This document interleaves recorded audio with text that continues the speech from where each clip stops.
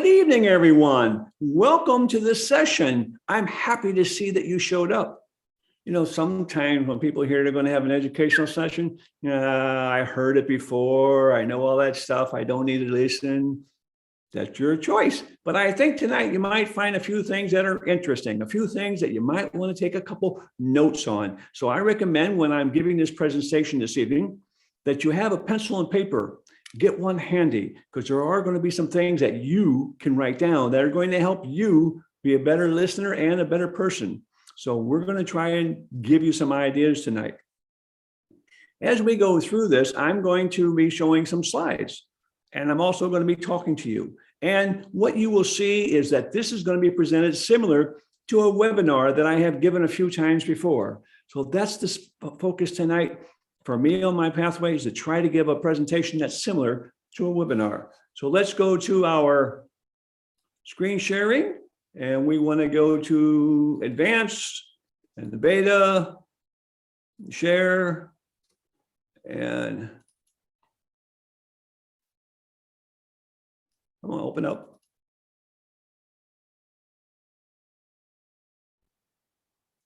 All right, 1 second. Get here. Come on, okay, click on it. There we go. Now we're back on screen. Now we're back where we're supposed to be. Okay. I don't know if I'm the oldest one here. Maybe someone is older than me, but I think you need to understand that learning is meant to happen forever. And I've been teaching leadership, and I find that when I'm teaching leadership, one of the primary issues are people stop learning. So we're going to be talking about that tonight. We're going to be talking about the title of this course, which is Lead Yourself First. In Toastmasters, often we are taught how to lead in our organization. You might be a role player, you might be a president, or you might be a VPE or VPM. You might even move up to an area level position or a division level position. You might be learning how to lead other people, but do you know how to lead yourself? You need to lead yourself before you try and lead other people. And often people don't pay attention to that. They pay attention only to leading the rest of the team. So we're going to talk about you leading yourself tonight. Henry Ford, I'm sure most of you know who he was, the founder of Ford Motor Company, had a great statement. He says, anyone who stops learning is old. It's automatic. Doesn't matter if you're 20 or 80, either way. Anyone who keeps learning stays young. And Henry Ford said that he believed the greatest thing in life was for you to keep a young mind. Keep your mind young. Don't let it grow old. Don't let that moss grow over the top of it. Get that moss off there. Keep it nice and fresh. You know, rolling stone gathers no moth, right? So let's keep rolling and let's get rid of that moss. These are important concepts that we're going to be talking about tonight. But everything that I'm going to be talking to you about tonight starts with you believing in you. You have to believe in yourself.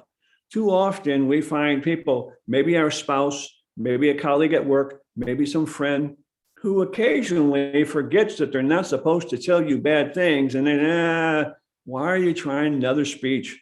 Why are you going to try another pathway? Why are you going to try to be an area director at Toastmasters? Hey, you know, it's too difficult. It's too hard. It takes too much time.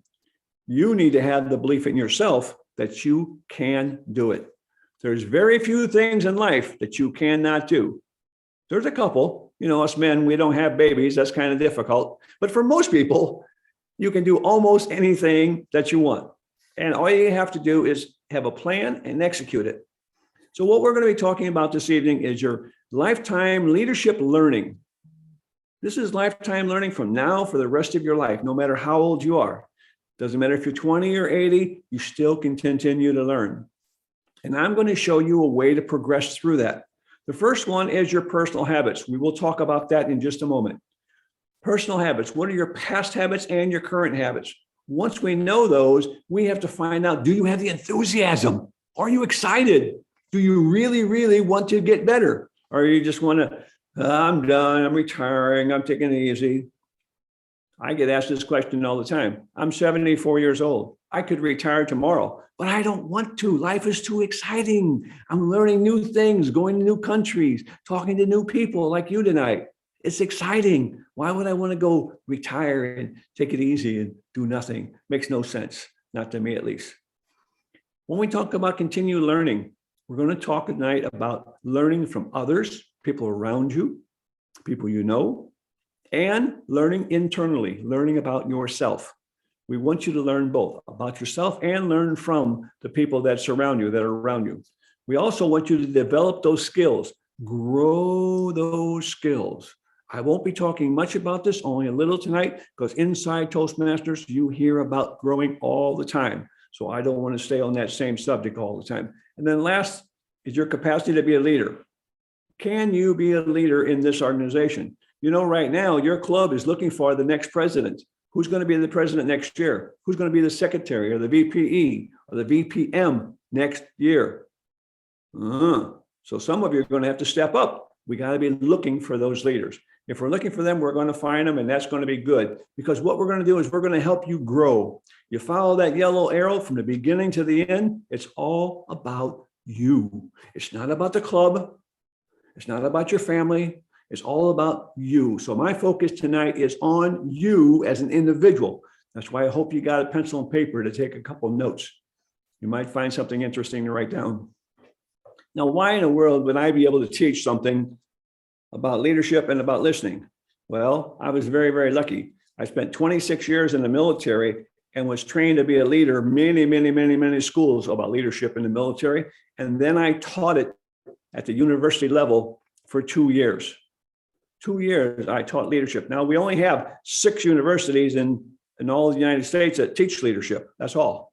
And I was teaching at one of them. So we did learn how to do it, but it was mostly with practice, practicing all the time. And when we start leadership and we start telling people to learn about themselves, my suggestion is that when you get up in the morning, you look in the mirror. Do you like what you see? You know, you've been sleeping, your alarm went off, you got up, you used the restroom, then you come in the kitchen, in the bathroom, and you're going to look in the mirror. Do you like you? If you don't like you, you're going to have to think about, how can I change? How can I make it better? What can I do different? How can I improve myself? How can I learn something new? You need to make sure that you keep learning. You also have to be careful about the words you use. If you're using words that cut yourself down, you're never going to move up in your company. Be very careful about that. You need to learn to not talk negative about yourself. Oh, that's too hard. I can't learn it. Don't know. It's going to take too much time. It's going to be too expensive. Whatever the excuses you're using, don't use those excuses. It might be hard. It might take a long time. That's true. But you can do it if you want to. You just have to have the desire. So when you look in the mirror, decide what you want to improve on, and then start doing it. This is talking about your habits that you have. We all have habits. Now, I'm going to ask everybody here. Let me turn my screen here to a little bit. I can't see everyone, but I can see several of you. I have a couple questions for you. Everybody here at the meeting, I want you to raise your hand if you have taken a college level or university level class in the last 2 years. Raise your hand. If you took a college level or university level class. Anybody? One, maybe, couple, not many. All right, good. That's a good thing that you did. Next question. In the last 2 years, have you taken a technical learning course, such as if you're an electrical engineer, did you go back and learn about the new modern ways of electricity? Or if you're sales and marketing, did you go learn the newest ways of marketing online? Have you taken a technical course in the last 2 years? Anybody? Raise your hand. A few, maybe, couple. Okay, good. These are people who are learning. These are people, you see their hands up. These are the ones who are out there learning. They're not stopping.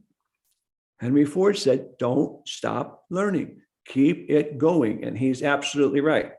Now, when we talk about learning, we need to understand ourselves first. What do you want to learn? If you want to be a leader, what do you want to lead? You have to figure that out. In order to do that, you need to have some kind of plan. In our life, for all of us, there are external influences and internal influences. External, there's a typhoon coming to Indonesia. You can't stop that. It's going to happen as an external force. Your country decides, the government decides to cut the value of your rupee in half overnight. And that has happened in some countries. You can't control that. Those are external influences in your life and your career. But you also have internal influences. In the internal influences, if you're single, you might want to get married. If you're already married as a couple, you might want to have a child.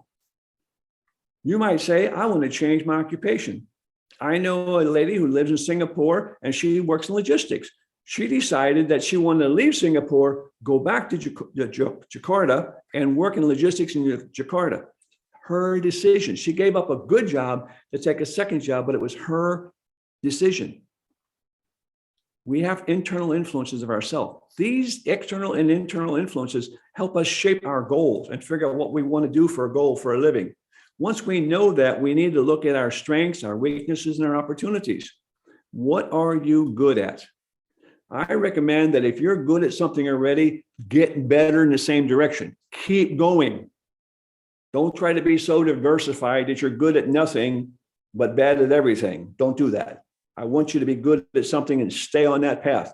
Identify that strength, and then identify what little things you need to work on in order to bring it to a higher level. What are your weaknesses in that career field? If we talk about Toastmasters, maybe for some of you, it's impromptu speaking. So you take more involvement in the table topics so you can use that skill more often. That's important.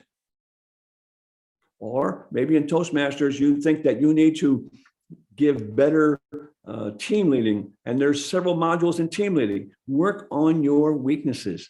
Go learn those. They are buried inside the pathways. When you select a pathway, there is a tremendous amount of information to learn in each pathway. Opportunities. When there's an opportunity to be the Toastmaster today, when there's an opportunity to be a grammarian or an accountant, volunteer. If somebody says, we need somebody to lead table topics, volunteer. These are all growth and learning opportunities. You should be able to identify those for yourself. Once you know those, then we're going to figure out where you're going. Once you are learning something, we have to ask the question, how can we use this in our community? How can we get a higher education or move up in our education level? How can it help us raise our professional status so that we get promoted? All these things are part of a strategic plan, and you could write down, and I recommend you do later, what are these influences? What are your strengths and weaknesses? And community, education, and professional. So right now, we're just going to take a minute. I'm going to give you 60 seconds, and I want you to write down at least one of your strengths and one of your weaknesses. Everybody, you got a pencil and paper there? Write down at least one strength and one weakness. We know everybody has them.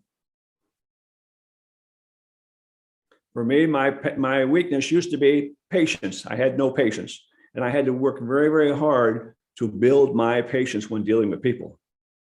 My strengths, of course, my talking. When I was in high school, I used to get in trouble for speaking in class. Now they pay me to speak in class. Quite a change. That was my strength, so I kept going. So everybody should have written down a strength and a weakness. I'm going to ask you about that a little bit later when we get into the rest of this meeting. You see, companies around the world, when the company wants to grow, they do a SWOT analysis: strengths, weaknesses, opportunities, and threats. But not many people think about applying that to themselves. You should do it for you. You are the most valuable asset that you have. No money, no family, nothing else is more valuable than you as an individual. You are your most valuable asset. You need to figure out how to use that asset for your gain and for helping other people. You need to learn how to listen. Now, many people tell me, oh, Michael, I know how to be a listener. My question is, where did you learn? Because in school, they taught you how to read, write, and speak. But in school, they didn't give you, we're going to give you a lesson today on listening. Very few people have ever gone to a listening class. Well, you should go to listening class. It might make you a better learner if you're a listening class. It helps you to never stop learning from other people. Remember, we said earlier you could learn from others and learn from yourself. Well, if you're going to plan to learn something, you need to have a plan how to do it. So at work, I recommend it either on your calendar or your journal, whatever you have for a planning device at work. Identify who you want to learn from. Maybe the shop foreman, maybe from your director of the company, maybe from somebody that works on the shop floor that has good technical knowledge. Who do you want to learn from? What would you like to learn? That's a good question. Now, if you're going to be a good listener and a good learner, when are you going to learn? Don't go interrupt people and try to learn from them during their working hours when they're busy. Find out when either they're going to be on breaks or have lunch with them so that you can take it in a relaxed environment. When will you learn and where? Out in the parking lot, in the bathroom. I have no idea where you're going to learn from, but think about where you're going to be, when, and what questions you're going to ask, and who are you going to ask those questions to in order to learn something new. And if you're learning in Toastmasters, you've got several good Toastmasters here that you could ask questions to. And you need to listen with intentional listening. Intentional listening. Intentional listening means that we have to be able to learn from it. And the best way to do that is to ask your question and put a zipper on your mouth. Close it. Keep it shut. Give the person you ask the question to a chance to answer you. Don't interrupt them. Let them answer you. You ask the question. While they're talking to you to answer your question, you act. Sit there like a big owl, just watching, listening. Okay? Don't be on your cell phone. Don't be on your computer. Don't be paying attention to something else. Pay attention to the person who's speaking to you if you want to learn from them. Take a few notes, either electronically or on paper. Take a few notes. Write a few things down about what you want to learn and the answers that you're hearing so that you can learn. And this last one is very important, but people forget it all the time. If you are the listener and somebody's giving you information and you're going to learn, please tell them thank you when you finish. Tell them thank you. It's very important. Otherwise, in the future, when you go down and talk to them, they're not going to want to talk to you. If you didn't pay attention, you didn't take notes, you didn't say thank you, you're rude. Other people are not going to want to talk to you. We need for you to be polite. And the best way to do that is to say your thank you when you finish. Remember, these 4 steps are very easy. Be quiet and don't interrupt. Eye-to-eye contact. Take a few notes and say thank you. It's easy to be a good listener. It's not so difficult. A lot of people think it's difficult, but really it's not. We have to try to figure out how to do it better. I'm looking for the timer on the screen and I cannot see the timer. So if somebody will wave at me or whatever when we get near the end of the time, I'd appreciate that because I cannot see the timer. When will you, as an individual, continue to grow? When will you start developing the habit to learn more? There's so much information out there. When I was growing up, we had to go to the library. We had to go buy a newspaper of books to learn. Today, you can do it in the leisure of your home with your computer. Now, there's an old Chinese saying that says the best time to plant a tree was 20 years ago. The second best time is now. If you don't have the habit of learning something new every day, doesn't have to be something big, but something small, learning every day. If you don't have that habit, you need to think about starting that habit. It's important for you to continue your mind. You know, as you grow older, as I have, this thing up here gets rusty. You know, we get covered with rust. It looks like white hair, but in reality, that's rust. And when it's rusty, you forget a lot of things. And you don't learn much new because you're not used to using it. Keep your mind active. If you want to be a good leader as you grow older, keep this mind active. Keep it working all the time. Now, my mom lasted till 97, and she didn't have anything wrong with her when she passed away. And she was still writing in her journal every day. She kept learning until her last breath. At 97, that's an awful lot to learn. So I think that I'm on my way there. What about you? When we talk about lifelong learning, it starts with knowing your habits. What good habits and bad habits do you have? What are your strengths and weaknesses? I asked you earlier about that. Remember, I told you to write something down. You need to build some confidence. You need to have some confidence in yourself. Do you have confidence in yourself? I hope so. It's very important to have that. And then this third one is the one we're talking about today. Never stop learning. Always something new to learn. Always there's something new to learn. When you learn it, develop it into a new skill. Try some of the things that you have learned, and that will grow into your leadership capacity. This is the normal growth pattern 1 through 5 for anybody who wants to continue learning and become a leader. Remember, it starts with you believing in yourself. You've got to believe that you can do it. You've got to want to do it. If you want to do it, you can do it.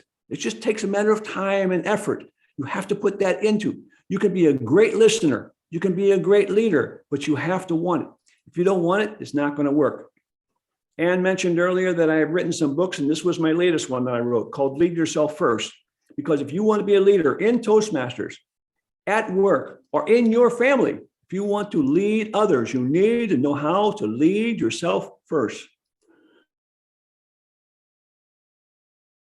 A little bit about learning, a little bit about listening, a little bit about leadership. But I hope you see that the primary focus today was you, the individual person. You need to take ownership for your performance. And one way to do that is to never stop learning. So I'm going to end my presentation now, and I'm going to open the floor for questions and answers. Do we have any questions from anybody out there? If you do, please raise your hand and I'll call on you. Anybody got a question? Don't be shy. I'm not going to bite you. I won't bite. Questions? Can Yes, I sir. ask you a question? Michael, Booty's got, Anna Booty's got, here. and Oh, just Booty, one second. okay, Anna, Booty first. And he had his hand up. Yeah. Yes, sir. Yeah, okay. So, Michael, I want to ask you about what do you think, which one should you learn to strengthen first, your strength or your weakness? Good question. I would ask you first to, are you married? Yeah, I'm married. Okay. I would ask your wife which one you should do first. And this comes from experience. I'm being honest now, absolutely honest with you. I would talk to my wife about it, because if she knows you have a weakness and you say, I want to work on it, she can help you. She can remind you. She can help do little things that are going to make you stronger faster. If it's something that you're already strong at, you can find time to do that when you're ready. Have an extra hour someday or have an extra free day. You want to work on something, you can do that. But if you've got a weakness, people fall into procrastination. Oh, I'll work on it tomorrow. I'll work on it when time gets better. If your spouse knows about it, they can push you a little bit and help you overcome that weakness. Okay? Or if you're not married, you're single, find a friend, maybe a best friend you've had since high school. You've known them for 20 years. Get that person to help you a little bit. Just like going to the gym. You say you want to go to the gym to start working out. What's the best way to do that? Find a friend to go with you. They'll help push you a little bit and you push them a little bit. That's the best way to go to the gym. It's that way with most weaknesses. Okay? I hope I answered your question. And you were next. You had your hand up? Yes. Michael, thank you for giving that very sharp point. It's like you talk to me personally, because that's all my problem. And what I always listen is, yes, you can learn about anything, but there is a time for you to learn and there is a time for you to apply what you have learned. But you also talk about belief in yourself, belief in myself. So my problem is when I learn about something, I never find the right time to apply it. I mean, I never believe in myself enough to apply what I have learned. Do you have any suggestion for that? Yes, ma'am. First question I have for you. Do you keep a journal? Not really. Okay, Honestly. you should. That's the first thing. Get a journal.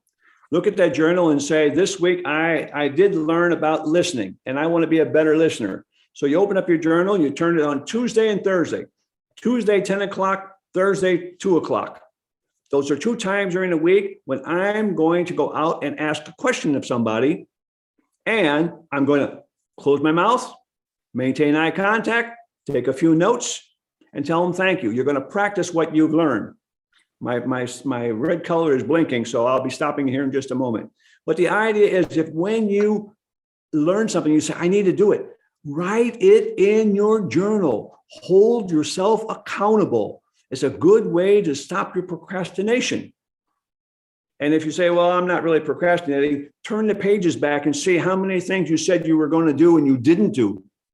That tells us you are procrastinating. And if you want to stop procrastinating, then get things done. Remember the Nike shoe commercial. What is their slogan? Just do it. Yeah, right. So you learn something, the best time to do it is right now. Okay. You've read something, you're going to write a speech. You need to write a speech in Toastmasters. Okay. So you just read a book that was very interesting. And you said, I did one of those things in a book when I was a little kid. What you do? Turn to your paper and start writing your speech right now. You just seen the example, write it down now and put that in concrete so we have it. Then when you're ready to develop your speech, you take that and go from there. When you learn, try to execute as soon as possible, but I suggest you write it down and hold yourself accountable. Okay? We have time for one more question and then we'll stop. One more question from anybody? Anybody? Oh, come on. We got to go. Who? Any more? Oh, down can the I bottom. ask I'm sorry. Yes, Abdul. Oh yeah, can I ask a question, please? Sure, go Okay. ahead. So I have a friend who is kind of pessimistic about his life and maybe a little bit maybe depressed. And you mentioned about the most important thing is to believe in yourself. But my friend don't believe in himself at the first place. So do you have some suggestion to make him to believe in himself? Yes. Yes. If this is your friend, you probably know a little bit about him. And I don't know if he plays a sport like football or badminton, or maybe he's a good writer, or I'm sure, just as it is with everybody in the world is usually good at something. Doesn't have to be anything real big. Could be something very small. Maybe he's extremely kind. Maybe he's always taking care of other people, and that's his strength. He likes to take care of other people. Find out what he is good at, and the next time he does that and you see him as a friend, tell him, hey, great job, really good, super, you were very successful. You made that person very, very happy. Or maybe if they're a football player and they made a good save, doesn't even have to be a score of a goal. They saved somebody, blocked somebody and did a great job. Tell him, hey, you did a great job. Super, way to go.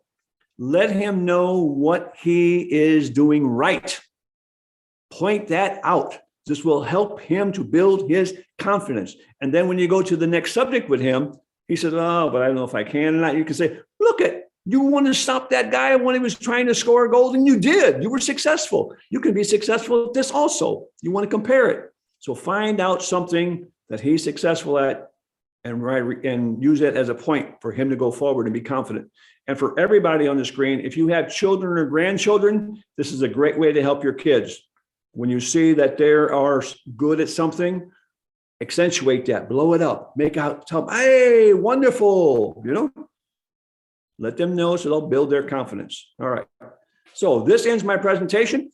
The webinar is finished. We went about 22 minutes. Now we've gone about 3.5 with questions and answers. Thank you all very much. I hope you enjoyed the webinar. If you want to find out more about this webinar tonight, I will put the link in the chat for the book, and you're welcome to go there if you wish. It's strictly up to you, but I'll put the link for the chat in there. So thank you very much for attending the webinar tonight, and Madam Toastmaster, back to you.